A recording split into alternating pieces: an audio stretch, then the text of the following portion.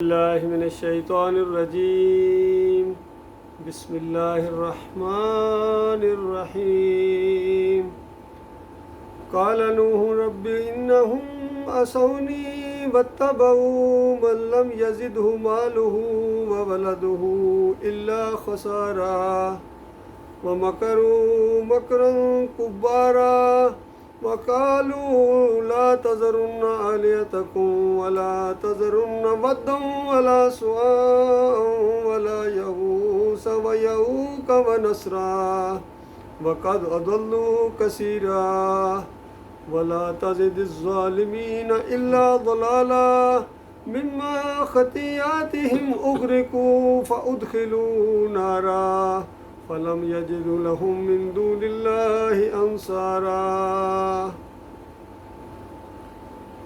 یہ سورہ نوح کا آخری رکوع ہے۔ سورہ نوح یہ نوح علیہ السلام کی دعوت کے اوپر ہے کہ اس زمین کے اوپر جب آدم علیہ السلام کی نسل پھیلی اور ان کے اندر وہی چیز آ گئی، شرک ان کے اندر آ گیا، جس سے منع کیا گیا تھا کہ دیکھنا آدم کے بچوں شرک نہ کرنا، اللہ کے ساتھ کسی چیز کو شریک نہ ٹھہرانا، ورنہ تمہیں وہ مار پڑے گی کہ نہ دنیا میں تمہیں امن نصیب ہوگا اور نہ آخرت میں۔ تو نوح علیہ السلام اس قوم کے اندر 1000 سال کم 50 سال یعنی 950 سال اس قوم کے اندر دعوت دیتے رہے۔ صبح شام کی یہ دعوت تھی، یہ ہفتہ وار دعوت نہیں تھی، ماہانہ پروگرام نہیں ہوتے تھے، بلکہ صبح شام کی دعوت ہے، صبح شام۔ اور ایک ہی بات ہے، صلاۃ اور صوم اور دوسری چیزوں کا کہیں ذکر ہی نہیں ہے۔ دوسری چیزیں پہلے یہ تو مانو کہ تمہارا معبود کون ہے۔ جب یہ بات تم سمجھ جاؤ گے تو انشاءاللہ باقی سارے مسائل تمہارے چٹکیوں میں حل ہو جائیں گے۔ اور نوح علیہ السلام کی دعوت کے مقابلے میں جو اس دور کے قائدین تھے ان کا ذکر کیا گیا اس کے اندر، اور بتایا گیا انہوں نے کس طریقے سے نوح علیہ السلام کی دعوت کا جواب دیا۔ وقالوا لا تذرن آلهتكم، قوم کے لوگوں اپنے معبودوں کو مت چھوڑنا، مسئلہ سارا معبودوں کا، ان کو چھوڑو، تمہارا ایک معبود ہے، ما لکم من الہ غیرہ، اس ایک کے علاوہ کوئی اور تمہارا معبود نہیں ہے۔ اور قوم کے لیڈر کہہ رہے ہیں اپنے معبودوں کو مت چھوڑنا، ولا تذرن ودا ولا سواع۔ یہ جو نام لیے جا رہے ہیں یہ قوم نوح کے 5 صالحین تھے، اس دور کے لوگ تھے۔ حدیث میں آتا ہے، بخاری کی روایت کے اندر ہے، جب یہ مر گئے لوگ ان کی قبروں کے اوپر وابستہ ہو گئے، پہلے ان کی تمثیلیں بنائیں، تصویریں بنائیں، پھر ان کی مورتیاں بنائیں، اور پھر پورے قبائل عرب کے اندر پھیل گئے۔ تو یہ گویا مشرکین مکہ کو بھی بتایا گیا کہ تم ان کی اولاد ہو۔ اس طرح اللہ تعالیٰ نے احسان جتایا کہ آج ایمان کے دشمنوں، ایمان کی بات تمہیں بہت بھاری لگتی ہے کہ کیا ہر وقت ایمان ایمان اور شرک شرک کی بات لگائے، کوئی اور بات بھی کیا کرو۔ اس بات کی گویا ان کے نزدیک اہمیت ہی نہیں ہے، کہتے بہت سن لیا، ہمارے کان پک گئے، اب ہم نہیں سننا چاہتے، کوئی اور بات کرو۔ ان کے کان پک جاتے ہیں، لیکن مومن کے دل کی یہ آواز ہوتی ہے۔ مومن اپنے مالک اور خالق کی تعریفیں سنتا ہے، کفر و شرک کا رد سنتا ہے، وہ نہیں اکتاتا ہے، وہ خوش ہوتا ہے، اس کے دل کی یہ بات ہوتی ہے، اطمینان آتا ہے اس کے دل کو اللہ کے ذکر سے، اللہ کی یاد سے، یاد دہانی ہے، اللہ کی باتیں جب کی جائیں اس کے سامنے تو مومنوں کو خوشی نصیب ہوتی ہے۔ یہ پہچان ہے، بڑی موٹی پہچان ہے، یقین کیجیے۔ آپ کسی کے سامنے اللہ کی تعریف کریں، اگر اس کو خوشی محسوس ہو رہی ہے دل کے اندر اور اچھا لگ رہا اس کو تو وہ ایماندار ہے۔ اور اگر اس کو کچھ ٹینشن پیدا ہوتی ہے، چلو ایک دن سن لی، دوسرے دن کسی موقع کے اوپر ہلکی سی ٹینشن اس کے دل میں اگر پڑ گئی ہے اپنے مالک اور خالق کی تعریفیں سنتے ہوئے، تو سمجھو کہ اس کے اندر وہ چیز نہیں ہے، ایمان خالص نہیں ہے اس کا، یہ پریشان ہو جاتا ہے۔ اپنے مالک کی توحید بیان کرتے ہوئے اس کو تکلیف ہوتی ہے، بیان کیا کرے گا، سننا تک یہ گوارا نہیں کرتا ہے۔ تو بتایا گیا کہ تم ان کی اولاد ہو۔ مشرکو، وہ جو کشتی میں بیٹھے تھے نوح علیہ السلام کے دور میں، اگر وہ تمہارے بڑے وہ ایماندار نہ ہوتے، اس دور میں یہی ایمان کی بات تھی جو آج مکہ کے اندر دعوت اٹھی ہوئی ہے، اور انہوں نے بھی جو بات مانی تھی تب کشتی میں بٹھائے گئے تھے۔ کشتی کے اندر ہر چیز کا ایک ایک جوڑا بٹھایا گیا، گائے، بھینس، اور گھوڑا تاکہ کتا اور خنزیر بھی بیٹھ سکتا ہے، لیکن سید زادہ نہیں بیٹھ سکتا ہے، نوح علیہ السلام کا بیٹا نہیں بیٹھ سکتا ہے، کیونکہ فیصلے کا دن ہے، آج فیصلہ ہونا ہے، ایمان کے اوپر فیصلہ ہونا ہے۔ اور نوح علیہ السلام نے بیٹے کو پکارا کہ بیٹا آ جا کشتی میں آ جا، کہنے لگا کہ نہیں میں پہاڑ پر چڑھ جاؤں گا، فرمایا پہاڑ نہیں بچائے گا، آج کوئی نہیں بچائے گا الا من رحم اللہ، وہ بچے گا جس کے اوپر اللہ رحم کرے گا۔ اور آج فیصلے کا دن ہے، اور فیصلے کے دن اللہ اپنا وہ رحم مشرکین کے اوپر حرام کر دیتا ہے۔ انہ من یشرک باللہ فقد حرم اللہ علیہ الجنہ، جنت اللہ کی رحمت ہے، مالک نے اپنی اس رحمت کو شرک کرنے والوں کے اوپر حرام قرار دے دیا۔ فرمایا وماوہ النار، ان کا ٹھکانہ آگ ہوگا، وما للظالمین من انصار، وہاں ظالموں کا کوئی مددگار نہیں ہوگا، چاہے پیغمبر کا بیٹا ہو یا پیغمبر کا باپ ہو۔ اس انداز سے ہجے کر کے بتایا، ابراہیم علیہ السلام کے باپ کا ذکر کیا، نوح علیہ السلام کے بیٹے کا ذکر کیا، نوح علیہ السلام کی بیوی کا ذکر کیا، لوط علیہ السلام کی بیوی کا ذکر کیا، نبی علیہ السلام کے چچا کا ذکر کیا، سگے چچا، حدیث کے اندر والد اور دادا کا بھی ذکر ہے اس انداز۔ بتایا کوئی بچانے والا نہیں ہے، بچے گا تو انسان ایمان خالص کرنے والا بچے گا، اور یہ شرک ایسی لعنت ہے جس کے اندر آ جائے تو کوئی اس کا علاج نہیں کر سکتا ہے جب تک وہ خود اپنا علاج نہ کرانا چاہے۔ تو اس طریقے سے قوم کے لوگوں نے کہا کہ دیکھو ود بابا کو بالکل نہیں چھوڑنا، اور سوا کو تو بالکل ہی نہیں چھوڑنا ہے، ولا یعوس، اور غوث پاک کو تو بالکل نہیں چھوڑنا، ان کا بھی غوث تھا ایک، کہتے ہیں یعوس کو نہیں چھوڑنا ہے، و یعوق اور یعوق بابا کو بھی نہیں چھوڑنا ہے، ولا نصرہ، اور نصر بابا کو تو بالکل نہیں چھوڑنا ہے۔ 5 تھے، اور آپ اندازہ لگائیے پہلی مشرک قوم، ان کے 5 تن پاک، پہلی قوم کے 5 تھے جن کو پوجتے تھے، اور یہ صالحین تھے، یہ نیک لوگ تھے، ان کی قبروں کے اوپر مجاور بن کر بیٹھ گئے تھے۔ قوم قبروں کے اوپر وہی کچھ کر رہی تھی، اگر آپ اپنی آنکھوں سے دیکھنا چاہتے ہیں تو آج قبرستان اور خاص کر ان مزاروں کے اوپر جائیں، علی جویری کی قبر پر جائیں، بر امام جسے کہتے ہیں ان کی قبر پر جائیں، 7 شریف چلے جائیں، اور بغداد کا تو کہنا ہے کیا، یا نجف وہاں چلے جائیں، جو کچھ ان قبروں کے اوپر ہو رہا ہے یہی کچھ نوح علیہ السلام کی قوم کر رہی تھی، اور نوح علیہ السلام ان کو منع کر رہے تھے، نہ کرو تمہارے اوپر اللہ کا عذاب آئے گا۔ وہ حیران ہوتے تھے کہ ہم عبادت کر رہے ہیں، اللہ کی عبادت یہاں آ کے کرتے ہیں، یہ نیک لوگ ہیں، ہؤلاء شفعاء عند اللہ، یہ ہمارے اللہ کے ہاں سفارشی ہیں، اور یہ ہمیں کہہ رہے ہیں کہ اس کی وجہ سے ہمیں اللہ کا عذاب ہوگا، وہاں ہم نذرانے کرتے ہیں، اللہ کو خوش کرنے کے لیے کرتے ہیں۔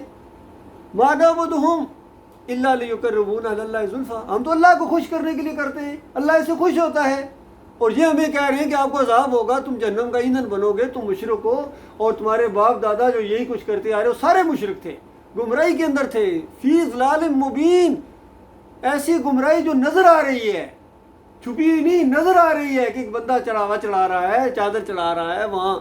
جھکا جا رہا ہے، کوئی گردن کو جھکائے ہوئے ہے اور کوئی کمر کو جھکائے ہوئے ہے، کوئی اور آگے چلا گیا ہے، ماتھا ٹیک دیا اس نے، اور کوئی پکاریں لگا رہا ہے، حق بہو بے شک بہو، یا بری کر کھڑی، یا محی الدین چشتی پار لگا دے کشتی، مولا علی ہے شیر خدا میری کشتی پار لگا دے،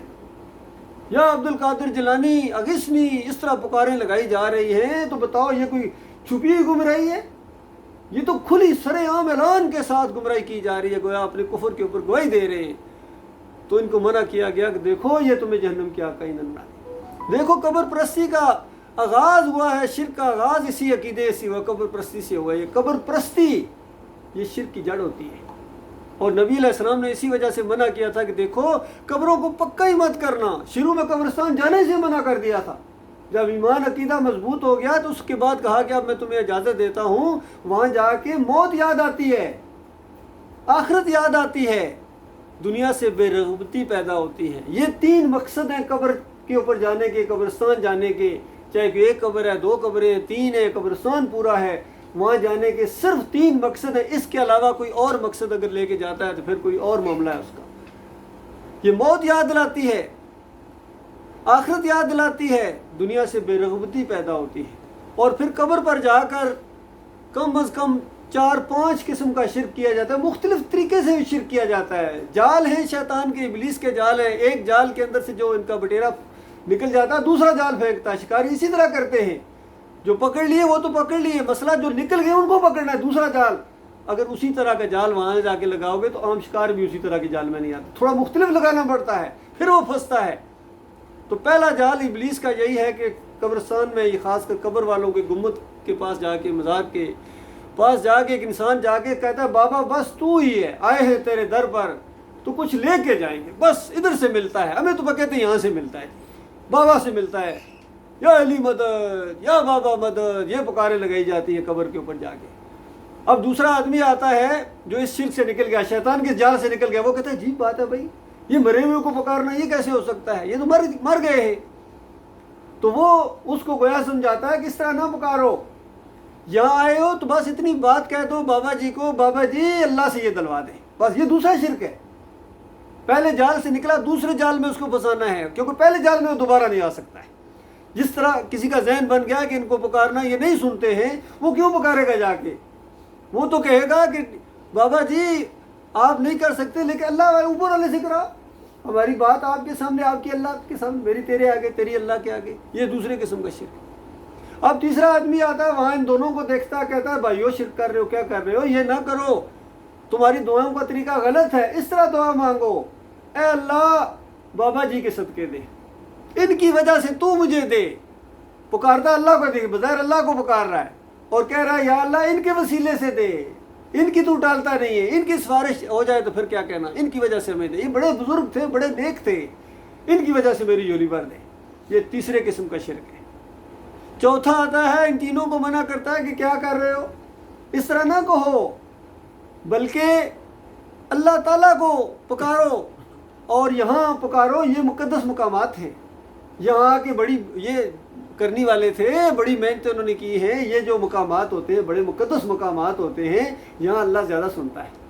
یہاں صرف اللہ کو پکارو، ان کو نہ پکارو، ان کے وسیلے سے نہ پکارو، ان کے ذریعے نہ پکارو، بلکہ اللہ کو پکارو، براہ راست اللہ تعالیٰ کو پکارو، لیکن یہ جگہ بڑی مقدس ہے۔ یہ چوتھی قسم کا شرک ہے۔ اللہ کے بندو، ایمان یہ ہے کہ تمہارا مالک تمہاری شرک سے زیادہ قریب ہے، وہ تمہارے دل کے اندر اٹھنے والے وسوسے جانتا ہے۔ یہ کسی قبر کے اوپر، مزار کے اوپر، گنبد کے سامنے جا کے اللہ کو پکارنے سے یہ نہیں کہ وہ اللہ تعالیٰ تم سے خوش ہوگا، وہ ناراض ہوگا تم سے، کیونکہ یہ شرک کی جگہ ہیں، یہ شرک کے اڈے ہیں، یہاں عبادت ہوتی ہے، یہ شرک کی نشانیاں ہیں، شرک کے سمبل ہیں یہ۔ اور یہاں جب مسلمان جو کچھ کر رہے ہوتے ہیں، ایک مخلص مومن جب دیکھتا ہے تو پوری طرح سمجھ جاتا ہے یہ شرک کر رہے ہیں، یہ قبر والے کے ساتھ چمٹے ہوئے ہیں۔ تو یہ معاملہ ہے اللہ کے بندو، اس قبر پرستی سے نکلو۔ آج مسلمانوں کی قبر پرستی خالص بت پرستی بن گئی ہے۔ وہ چیز جو ہندو اپنے مہاراج کے سامنے، اپنے مورتی کے سامنے کرتا ہے، وہی سارا کام آج یہ مسلمان اس قبر کے سامنے، گنبد کے سامنے، مزار کے سامنے کرتا ہے۔ وہ اگر جا کے وہاں پرشاد بانٹتا ہے تو یہ مسلمان ہے، پرشاد نہیں کہے گا، یہ کہے گا نیاز بانٹو۔ وہ وہاں جا کے اگر بھجن گاتا ہے وہاں اپنے انداز سے، یہ مسلمان بھجن تو نہیں گائے گا، یہ وہاں جا کے قوالی گائے گا اور کہتا ہے کہ قوالی گائی ہے، بس حل اٹھتا ہے، اس کا جھومنا شروع ہو جاتا ہے قوالی۔ جس طرح اگر کبھی آپ نے نصرت فتح علی کی قوالیوں کو سنا، اور ہمارے عمران خان جھومتے تھے اوپر، اس کے اوپر شرک اور کفر کی اس قوالی کے اوپر جھومتے ہیں، فرمائش کر کے اس کفر کی قوالی کو سنتے ہیں، تو ان کے دماغوں کے اندر اس طرح شرک چلا گیا ہے۔ تو اس کے بعد ہندو اگر وہاں ماتھا ٹیک دیتا ہے اور کہتا ہے ڈنڈوت کی، میں نے مہاراج کی ڈنڈوت کی، اور یہ مسلمان ہے، یہ ڈنڈوت تو نہیں کہے گا، یہ وہاں جا کے ماتھا ٹیکتا ہے اور کہتا ہے کہ میں نے سجدہ تعظیمی کیا ہے، یہ سجدہ تعظیمی ہے، یہ لے کے آئے گئے ہمارے مفسرین، اسلام کے اندر سجدہ تعظیمی لے کے آئے، اور الزام لگاتے ہیں، کہتے ہیں پچھلی امتوں میں بھی جائز ہوا کرتا تھا۔ بتاؤ کہاں لکھا ہو اللہ کے بندو؟ قرآن کی کوئی آیت دکھا دو پچھلی امتوں میں جائز تھا، صحیح حدیث کوئی دکھا دو پچھلی امتوں میں جائز تھا، یہ تمہارے دماغ نے اس کو جائز قرار دیا ہے۔ کوئی پچھلی امتوں میں شرک کسی دور میں جائز نہیں رہا ہے، اور اللہ تعالیٰ نے تو اپنے آخری نبی کے ذریعے پچھلی امتوں کے ایسے لوگوں پر لعنت بھیجی ہے، لعن اللہ الیہود والنصارى اتخذوا قبور الانبیاء والصالحین مساجدہ، جنہوں نے انبیاء اور نیک لوگوں کی قبروں کو سجدہ کیا تھا، تو قبروں کے اندر اس میت کی وجہ سے کیا تھا انہوں نے، کہ صرف قبر کو تو نہیں کیا تھا، تو جنہوں نے اس میت کو سجدہ کیا جا کے، نیک آدمی کی میت کو یا کسی نبی کی قبر پر جا کے اس کو جا کے سجدہ کیا، تو نبی علیہ السلام نے لعنت بھیجی ان کے اوپر۔ تو بتاؤ مرنے کے بعد اگر سجدہ جائز نہیں ہے تو زندگی میں تو اس سے زیادہ جائز نہیں ہے، مرنے کے بعد وہ منع نہیں کر سکتا آپ کو، نبی ہے، ولی ہے، وہ تو آپ اس کی قبر پر، اس کو تو پتہ کوئی نہیں ہے، وہ تو بے خبر ہے، تم جا کے سجدے کر رہے ہو۔ اور زندگی میں تو اگر تمہارے سامنے ذرا سا بھی جھکو گے، نبی کبھی برداشت نہیں کرتا اس بات کو۔ نبی کی تعلیم یہ ہے کہ ہمیشہ اللہ کے سامنے جھکو، ایک اللہ ہے جس کے سامنے یہ سر جھکے گا۔ اگر ذرا سا بھی سر جھکانے کی گنجائش ہوتی کسی نبی کے سامنے یا نبی علیہ السلام کے سامنے، تو کتنی روایتوں میں یہ چیز آتی کتنی روایتوں میں یہ چیز آتی ہے، آئے صحابہ اور کسی نے گردن جھکا دی، یہ کر دیا، وہ کر دیا، بلکہ ایک موقع پر ذرا اٹھنے کی کوشش کی، نبی علیہ السلام نے سختی کے ساتھ منع کر دی، خبردار جب میں ہوں تو مت اٹھا کرو۔ یہ اجمی بادشاہ کرتے ہیں اس طرح اپنی تعظیم کے لیے کہ کھڑے ہو جاتے ہیں لوگ، میرے آنے سے خبردار اٹھو۔ اندازہ لگے اس طرح نبی علیہ السلام شعور کے ساتھ اس چیز کا ادراک رکھتے تھے اور منع کرتے تھے کہ اللہ کے معاملے میں یہ تکریم کے لیے جھکنا، یہ صرف ایک اللہ کی ذات ہے جس کے سامنے یہ سر جھکے گا، کمر جھکے گی، یہ سجدہ تو خیر سوال پیدا نہیں ہوتا۔ ہاں کافر مشرک جو بادشاہ گزرے ہیں انہوں نے یہ چیزیں کروائی ہیں کہ ان کے سامنے سجدے بھی ہوئے ہیں، کافروں مشرکوں کے سامنے کوئی کمر سے جھکاتے ہیں، جس طرح آج کل یہ ہمارے یہ عرب بادشاہ ہیں جو دوسرے بادشاہ ہیں، یہ بھی تھوڑا کمر سے جھکانے کو اپنی تکریم سمجھتے ہیں، اور گردن جھکانا تو ان کا بڑا مشغلہ ہے، لیکن مومن کبھی کسی کو اپنے سامنے نہیں جھکائے گا، نہ مومن جھکے گا کسی کے سامنے۔ تو اس طریقے سے میرے بھائی قبر پرستی کا یہ جو بازار آج مسلمانوں کے اندر آ گیا ہے، یہ جو گنبد ہیں، یہ مزار ہے، یہ خالص بیت اللہ کا مقابلہ کرنے کے لیے شیطان نے کروائے ہیں۔ یعنی جو مسلمان بیت اللہ میں کرتا ہے، اور اللہ کی شان دیکھیں مالک کتنا رحیم ہے کہ شرک کے حوالے سے جو چیز ایک انسان کے ذہن میں آ سکتی تھی، انسان ہے چونکہ سارے نشان ہیں، جو چیز آ سکتی تھی چونکہ اسی ماحول کے اندر رہنا ہے، یہ مشرکین ہمارے ساتھ یہ کوئی یہ کر رہا ہے، کوئی یہ کر رہا ہے، کوئی یہ کر رہا ہے، آخر مسلمان بھی انسان ہے، کسی کے اوپر ہمارا کوئی بھی چیز ایسی نہیں، ہم کیا کریں؟ تو اس کے بعد اللہ تعالیٰ نے مومنوں کا یہ مسئلہ حل کر دیا کہ آؤ اچھا ٹھیک ہے، چکر لگانے کا دل کرتا ہے، یہ میرا گھر ہے، آپ چکر لگاؤ، طواف کرو، خالص اللہ کی بندگی، اور وہاں کوئی نیاز وغیرہ کا دل کرتا ہے، کچھ کھاؤ پیو یا کچھ دوسروں کو لے کے جاؤ، یہ آب زمزم ہے، پیو، برکت والا پانی ہے۔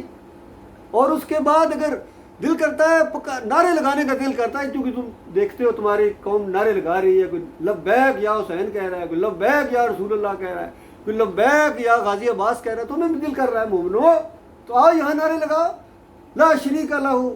لبیک اللہم لبیک لبیک اللہم لبیک لا شریک لہ، اس طرح نعرے لگاؤ، اللہ کی بندگی خالص اللہ کو پکارو، چپکے چپکے پکارو یا تھوڑی آواز کے ساتھ پکارو، کس طرح اللہ تعالیٰ تمہارا اچھا چومنے کا دل کرتا ہے، کوئی چیز چوموں تو مالک نے ایک پتھر کو حجر اسود کو رکھ دیا، اس پتھر کو بھی تم چومو، مالک فرماتا ہے یہ میری بندگی ہوگی، اس انداز سے نبی علیہ السلام نے چوما، صحابہ اکرام نے چوما، تو یہ پتھر کی بندگی نہیں ہے، یہ اللہ نے کہا ہے، اللہ کا حکم ہے، اللہ کا حکم ماننا اس کی بندگی ہے، یاد رکھیے۔ اس انداز سے یہ ساری باتیں بتا دی گئی، لیکن پھر بھی ان مسلمانوں کو سمجھیں اسی شرک کے اندر پھر مبتلا ہوئے۔ تو مالک فرماتا ہے قوم نوح کے جو وہ لوگ جنہوں نے یہ کام کیا، مما خطیئاتہم اغرقوا فادخلوا النار، اسی خطا کی وجہ سے یہ جو خطا انہوں نے کی ہے، یہ ایسی خطا ہے کہ پانی کے اندر ڈبکیاں دے دے کے اللہ تعالیٰ نے ان کو مارا، اور اس کے بعد آگ کے اندر داخل کر دیے گئے۔ اندازہ لگائیے، جان تو نکلی ہے ڈبکی کھانے کی وجہ سے، پانی کے اندر جو ان کی موت آئی ہے، لیکن چلے کہاں گئے؟ آگ میں چلے گئے۔ اسی طرح نبی علیہ السلام نے فرمایا ممات یشرک باللہ شیئا دخل النار، یہ صرف وہ نہیں بلکہ جو بھی جیسا مرتا ہے، یشرک باللہ شیئا، ذرہ برابر اس نے اللہ کے ساتھ شرک کیا، وہ شرک سے توبہ کیے بغیر جیسی اس کی موت آتی ہے وہ آگ میں چلا جاتا ہے۔ اللہ کے بندوں، یہ بہت ہی سنجیدہ مسئلہ ہے، اور یہ ضرورت اس بات کی ہے کہ اپنے بھائیوں کو سمجھایا جائے، اپنی قوم کو سمجھایا جائے کہ دیکھو اس کی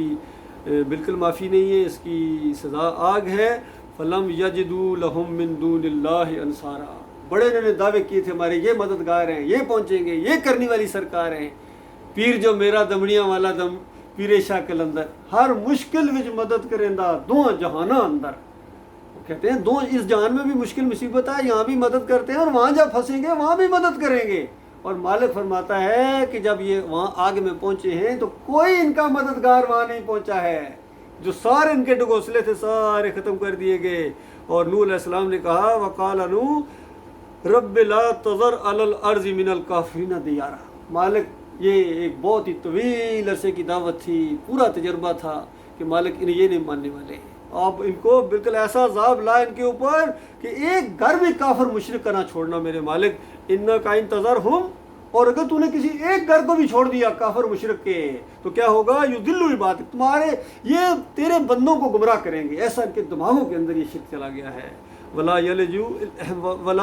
یلدوا الا فاجرا کفارا، اور یہ اگلی نسل جیسی ان کی آئے گی اپنے بچوں کو بھی اسی طرح کے سکھائیں گے اور کفر و شرک سکھائیں گے، ان کے بچے بھی کافر اور مشرک اٹھیں گے۔ اور آج ہم اپنے دیکھتے ہیں سوشل میڈیا کے اوپر کتنے ان کے چھوٹے چھوٹے بچے پگڑیاں باندھے عجیب و غریب نعتیں شرک اور کفر کی پڑھ رہے ہوتے ہیں، چھوٹے چھوٹے بچے ان کی سینہ کو بھی کر رہے ہوتے ہیں اس طریقے سے، یہی کچھ سکھاتے ہیں ان کے۔ اور پھر اس کے بعد آگے جا کے انہوں نے جو گل کھلانے، یہ مدرسوں کے اندر جو پڑھتے ہیں، ان کے جتنے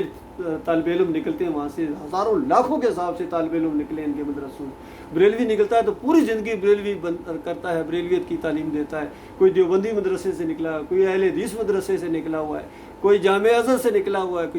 کوئی یونیورسٹی مدینہ یونیورسٹی سے آئے ہیں جی، مدینہ یونیورسٹی سے آئے ہیں. اور ان سے کوئی ایمان عقیدے کی بات پوچھو تو اس کے بعد ایسی مسلک پرستی والے انداز سے جواب دیتے ہیں، ایمان خالص کی کوئی بات نہیں کرتا ہے. چاہے دیوبند کا فارغ التحصیل ہو، چاہے بریلوی کا فارغ التحصیل ہو، جو بھی آتا ہے اپنے مسلک کی بات کرتا ہے، اپنے دائرے کے اندر بند ہے. ایمان خالص کی بات ان کے سامنے رکھی بھی جائے تو ان کو پہاڑ قبر، مالک فرماتا ہے بہت بڑی بات ہے، پہاڑ ان کے سامنے گویا آ جاتا ہے جب آپ ان کو ایمان عقیدے کی بات بتاتے ہیں، توحید کی بتا. اور توحید کی بات سننے کے بعد یہ کافر، یہ مشرک، ان کے دل کڑنا شروع ہو جاتے ہیں، پریشان ہو جاتے ہیں. وَإِذَا ذُكِرَ اللَّهُ مِن دُونِهِ، اور جب اللہ کے علاوہ دوسروں کی دستگیری، داتائی اور مشکل کشائی اور حاجت روائی کا ذکر کیا جائے تو اس کے بعد ان کے ایسے دل کھل اٹھتے ہیں. یہ معاملہ ہے اللہ کے بندوں. آج پوری زمین کے اوپر جو انسانیت کے ساتھ معاملہ ہو رہا ہے، خاص کر ان مسلمانوں کی جو درگت بنی ہوئی ہے، یہ اسی شرک کی وجہ سے ہے. ان کے اندر وہی شرک آ گیا جو ہر قوم کے اندر آتا ہے، جس کی وجہ سے اللہ کے عذاب آتے ہیں. لہٰذا دعوت دیں میرے پیارے بھائی، جہاں بھی ہو سکے، جس حالات میں ہوں. یہ ایک سب سے بڑی جو آپ کا کام ہے، بڑا کام ہو، یہ دعوت دینا. دائی بنو، اللہ کے راستے میں اٹھو، اور آپ دیکھیں کس طرح اللہ تعالیٰ آپ کے راستے آسان کرتا چلا جائے گا، اور آپ کو کس طرح ایمان آپ کا مضبوط ہوگا. اور آپ دیکھیں اسی ایک مقصد کے لیے آپ جیے، اس کے علاوہ کوئی جینے کا مقصد نہیں. یقین کیجیے ہم تو دعوت کے لیے جیتے ہیں کہ اس راستے میں ہماری موت آئے، شہادت کی موت. اور یقین کیجیے پہلا قطرہ خون کا زمین پر گرنے سے پہلے اللہ تعالیٰ ایسے لوگوں کو جنت الفردوس میں لے جاتا ہے. آپ غور کیجیے دنیا میں کتنی محنت کرتے ہو تھوڑا سا معیار بلند کرنے کے لیے، تھوڑا سا معاملہ ہو جائے، تھوڑی سیلری بڑھ جائے، تھوڑا سا معیار ہو جائے. اس کے بعد یہ اس طرح کس نے کوشش کی ہے کہ اللہ تعالیٰ کی رحمت ہو اور کبھی اللہ کے راستے میں دعوت دیتے مجھے موت آ جائے تو اسی وقت بتائیے کتنی بڑی جنتوں کے اندر آپ کو داخل کر دیا جائے گا، کتنے بڑے انعامات سے آپ کو نوازا جائے گا. اور جب تک قیامت قائم نہیں ہوگی تب تک عیش کرتے رہو گے. اور میدان محشر میں شہید کے خون سے خوشبو پھیل جائے گی. اندازہ خوشبو اس طرح مالک کے سامنے یہ آئیں گے، کیونکہ اللہ کی اس بات کو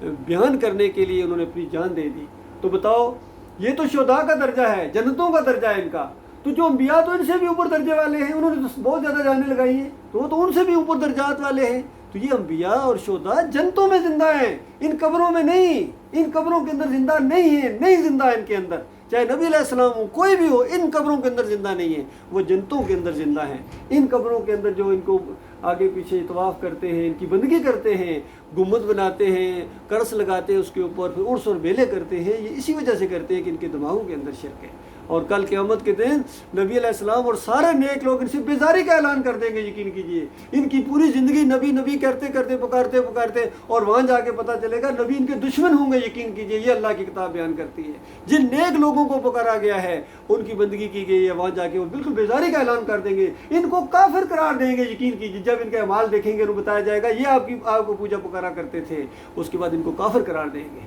اور کہیں گے دور کرے، تباہ کرو ان کو، ہمارے قریب نہ آنے دیں. اتنی نفرت. بتاؤ اس وقت ان کے اوپر کیا بیتے گی. اس وقت کے پچھتاوے سے بچنے کے لیے آج آپ کو بتایا جا رہا ہے. آج نبضیں چل رہی ہیں، خون چل رہا ہے. ایک وقت آئے گا یہ نبضیں چپ ہو جائیں گی، خون رک جائے گا. اس کے بعد آپ کا ہمیشہ ہمیشہ کے لیے معاملہ ختم ہو جائے گا. نہ کوئی بتانے والا ہوگا اور نہ اس وقت ماننے والا ہوگا. اس وقت صرف بھگتنے والا ہوگا. اللہ تعالیٰ غور و فکر کرنے کی توفیق عطا فرمائے. وقول قولی ھذا استغفر اللہ لی ولکم. اس درس کے حوالے سے اگر کوئی سوال یا کوئی وضاحت درکار ہو تو انشاءاللہ میں جواب دینے کی کوشش کروں. جتنے بھی مسئلہ پرست ہیں سب قرآن حدیث سے ثابت کرتے ہیں ہم حق پر ہم حق پر. چاہے اہل حدیث ہو، بریلوی ہو، دیوبندی ہو، چاہے کوئی بھی جماعت ہو، سب جا کے دلیل دیتے ہیں ایک قرآن حدیث سے میں ہم حق پر ہم حق پر. آخر حق پر کون ہے؟ یہ سوال کیا ہمارے بھائی نے کہ جتنے بھی آج مسلک پائے جاتے ہیں، وہ بریلوی ہوں، دیوبندی ہوں، اہل حدیث ہوں، سلفی ہوں، سب کا یہی دعویٰ ہے. سب کہتے ہیں ہم قرآن و حدیث قرآن و حدیث قرآن و حدیث. اور آپ بھی یہی کہتے ہیں قرآن و حدیث قرآن و حدیث. تو آخر فرق کیا ہے؟ پتہ کس طرح چلے گا؟ تو میرے بھائیوں، ظاہر کے لحاظ سے، الفاظ کے لحاظ سے تو بالکل معاملہ اسی طریقے سے ہے. لیکن جب ان کی کتابیں پڑھیں یا ان کے عقیدے دیکھیں تو حضرت صاحب فرماتے ہیں ہمارے بڑے نے، شاہ ولی اللہ صاحب نے، بیوی کی عمر گھوڑے کو لگا دی،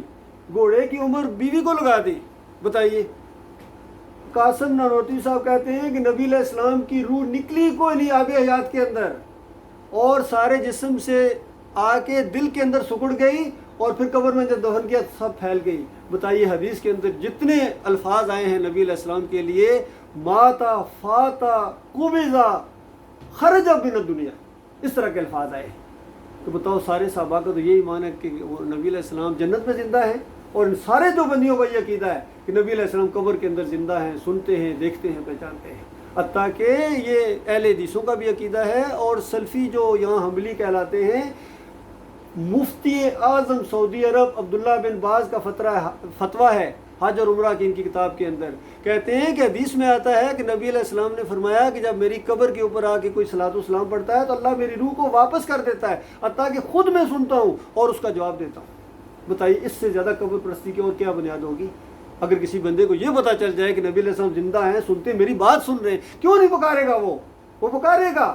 ایک جھوٹی روایت کے اوپر انہوں نے اپنا عقیدہ بنایا اور قرآن کو پسے پوش ڈال دیا اور صحیح حدیث کو پسے پوش ڈال دیا۔ ان سب کا یہ معاملہ ہے۔ بریلیوں کے پاس جاؤ، حاضر ناظر نبی علیہ السلام ہر جگہ، دم دم پڑھو، درود حضرت بھی ہے موجود۔ اچھا حضرت موجود ہیں لیکن نماز مولوی سے پڑھائیں گے، پتہ ہے کتنی بڑی گستاخی۔ بھائی نبی علیہ السلام یہاں نہیں ہے، جنت میں ہیں۔ پھر واسطے وسیلے کا شرک بریلویوں کے اندر بھی ہے، دیوبندیوں کے اندر بھی ہے، نظر و نیاز کا شرک، قبر پرستی کا شرک، یہ گنبد کے پجاریوں کا شرک۔ گنبد کو بھی کہتے ہیں یہ شرک نہیں ہے، بس غلط ہو گیا، نہیں کام ہونا چاہیے تھا، لیکن اب نبی علیہ السلام کے ساتھ نسبت ہو گئی، اب تو اس کی برکتوں کا کیا کہنا؟ اب بتائیے گنبد کے ساتھ نبی علیہ السلام لعنت بھیجیں، ایک حرام کہتے حرام کہہ لو، غور کرو ذرا، کہتے حرام کہہ لو۔ بھائی حرام چیز تمہیں رکھنے کے لیے نبی کی قبر کے علاوہ کوئی چیز نہیں ملی ہے؟ نبی کی قبر کے اوپر جا کے وہ حرام چیز رکھی ہے جو تم خود کہتے ہو حرام ہے؟ یہ معاملہ ہے اللہ کے بندوں۔ تو آج کسی کے اندر یہ جرت نہیں ہے کہ نبی علیہ السلام کی بات کے اوپر عمل کیا جائے اور پھر دین خالص کیا جائے۔ یہ معاملہ ہے میرے بھائیو، ہمارا ان سے یہی جھگڑا ہے۔ اب ہمارا جرم سمجھو یا جو بھی کو کہ انہوں نے جو شرک اور کفر پھیلایا ہوا تھا اپنی کتابوں کے اندر اور سینہ بھی سنا، ہم نے اس کو بالکل اعلان کے ساتھ لوگوں میں بتانا شروع کر دیا، یہ دیکھو یہ ان کے اندر یہ عقیدے ہیں۔